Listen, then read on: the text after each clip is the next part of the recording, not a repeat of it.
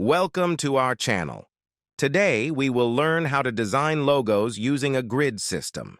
It's an easy way to make your logos look great. Please share your thoughts in the comments below. Let's start.